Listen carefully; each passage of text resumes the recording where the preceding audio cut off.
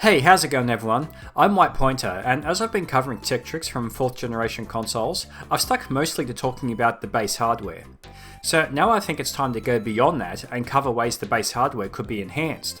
And what better place to start than with the Super Nintendo's enhancement chips. When designing this NES, Nintendo opted to keep the cost down by not including an expensive CPU that they feared would become obsolete in a few years anyway. Instead, they built the console to be somewhat modular and made it easy to integrate various special coprocessors that were included on the game cartridges instead. This unlocked more advanced features for developers to utilise without the need for the end user to purchase expensive additional add-ons, such as the Sega 32X. The cartridges that utilised these special chips generally had an additional 8 connector pins on either side of the standard pins. But what exactly did these enhancement chips do? That's what this video is about, so let's go through them one by one. The most obvious place to start is the most famous one, the Super FX, and even if you don't know much about the Super Nintendo, you've probably heard of this. Technically speaking, there were actually 3 main variations of this.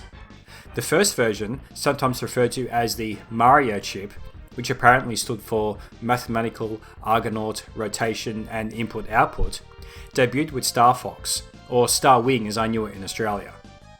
This design was later revised in order to effectively double its speed, which was called GSU-1, but was still known externally as Super FX. The Super FX2 or GSU-2 would be a further enhanced version of the chip which was capable of accessing larger ROM sizes. Yoshi's Island actually had GSU-2 SP1 printed on its chip, suggesting another revision, but I'm not really sure exactly how it differed from the regular GSU-2. If anyone knows the answer to this, please leave a comment. The way the chips worked were actually not dissimilar to how dedicated graphics accelerator cards were used in PCs. Programmers could utilise them to render real-time 3D polygons and some advanced 2D effects like sprite scaling and rotation, and I covered some examples of this in Star Fox in my video about games commonly mistaken for using Mode 7. But the Super Nintendo was a tile-based console, so the chip would actually draw the polygons and other effects into a frame buffer, which is essentially a dedicated section of RAM, which would then be converted into tiles and transferred to the VRAM via Direct Memory Access, or DMA. If you want to know more about DMA, I have a video that explains that too. There's a common misconception that there was a difference in features between the Super FX chips and the Super FX2, but this isn't the case at all. The Super FX2 didn't provide any additional functionality. The only differences are what I previously stated, that there was an effective speed increase between the original Mario chip and the GSU-1, and the GSU-2 could handle larger ROM sizes or access more RAM. That's it, those are the only differences. In total, there were 8 commercially released games that used some version of Super FX, though there were a number of others that were cancelled, including Star Fox 2 that was eventually officially released on the SNES Classic Mini. After Star Fox, which was the only game that used the original Mario chip, came Stunt Race FX, Vortex, Dirt Racer,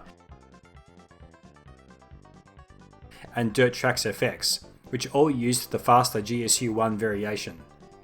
You can see that Stunt Race FX and Vortex continue to use a similar style to Star Fox, but Dirt Racer and especially Dirt Trax FX look pretty different. Following those, 3 games used the Super FX2 or GSU-2, and those were Yoshi's Island, Doom, and finally Winter Gold. These 3 games in particular really showcase what the tech could do. Yoshi's Island used over all sorts of fancy 2D effects, as well as some more subtle 3D ones. Doom was really ambitious for the console, even with the help of the Super FX2, and is a pretty remarkable technical achievement that it runs as well as it does. Winter Gold, which never released in North America, is perhaps the most impressive, almost looking like a very early PS1 game, if you squint your eyes a little bit.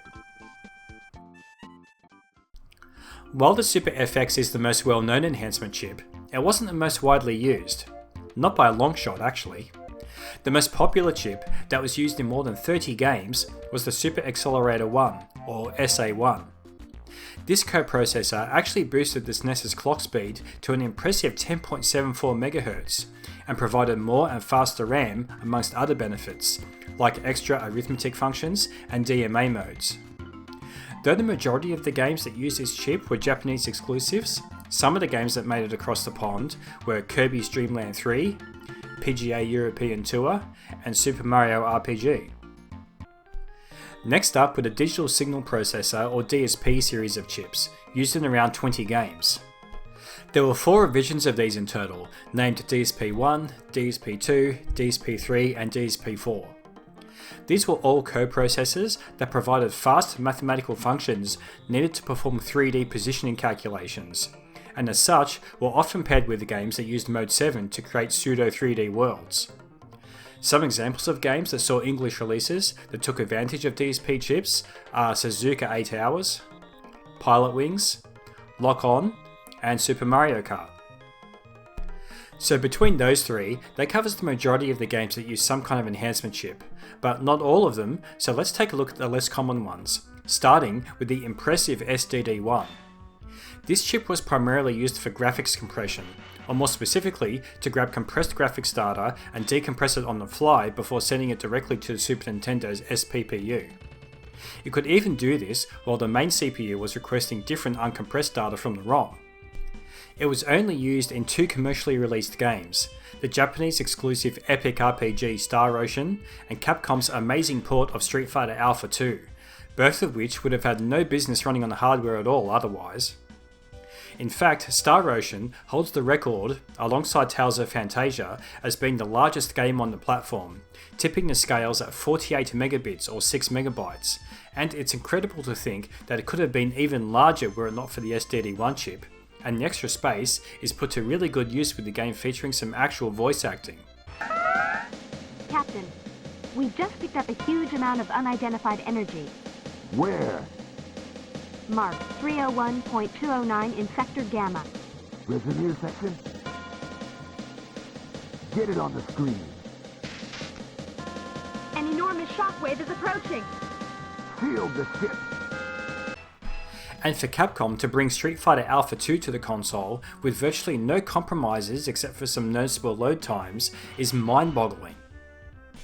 Speaking of Capcom, next up we have a chip that was actually developed by them, the CX4 chip. It was only used in 2 games, those being Mega Man X2 and Mega Man X3, but was used probably way more than you might have thought. The main function that this chip is known for was to create wireframe effects, so it's easy to assume that it was only used to create the few wireframes that you see in these games. But that wasn't the only thing it could do. It also contained commands for various sprite functions, propulsion, triangles, including trigonometric and Pythagorean calculations, and coordinate transforms. In reality, it was used basically through the entire games, handling a lot of the sprites in particular. Alright, now we get down to some really obscure ones. First up we have the ST series of chips, of which there were 3 versions, each used for just 1 game each. These were chips that were made by the SITA Corporation to create more advanced artificial intelligence in games. The only game released outside of Japan that used one of these chips was F1 ROC2, Race of Champions.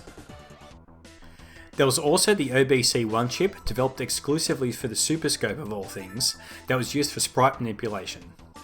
It was only used in 1 Super Scope game, and that was Metal Combat: Falcon's Revenge.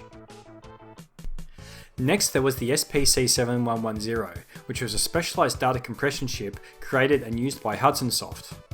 They used it in 3 games, all of which were Japanese exclusive, and I guess the easiest one to show you that doesn't have copious amounts of Japanese text in it is the baseball game Super Power League 4. And lastly, there was a chip used in just 1 Japanese exclusive game, the SRTC chip.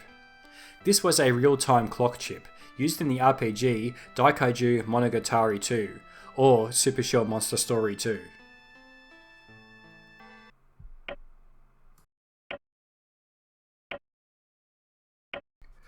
Phew! Okay, that's all of the Super Nintendo enhancement chips and what they did. Overall, roughly 70 games used some kind of enhancement chip, with the majority of those remaining exclusive to Japan, as you might have noticed. It's only a fraction of the more than 1700 titles that were officially released for the console, so the usage really wasn't as widespread as you may have believed. However, there's no doubt that Nintendo's strategy of allowing easy integration of enhancement chips and cartridges like this, rather than using expensive add-ons, was the right way to go, and allowed developers more freedom in what they could create. What's your favourite game that uses an enhancement chip? Let me know in the comments. Give me a thumbs up if you like this video, it really helps a lot, as these kind of videos take a long time to put together, and don't forget to subscribe to stay up to date with my content. Thanks for watching, and see you next time.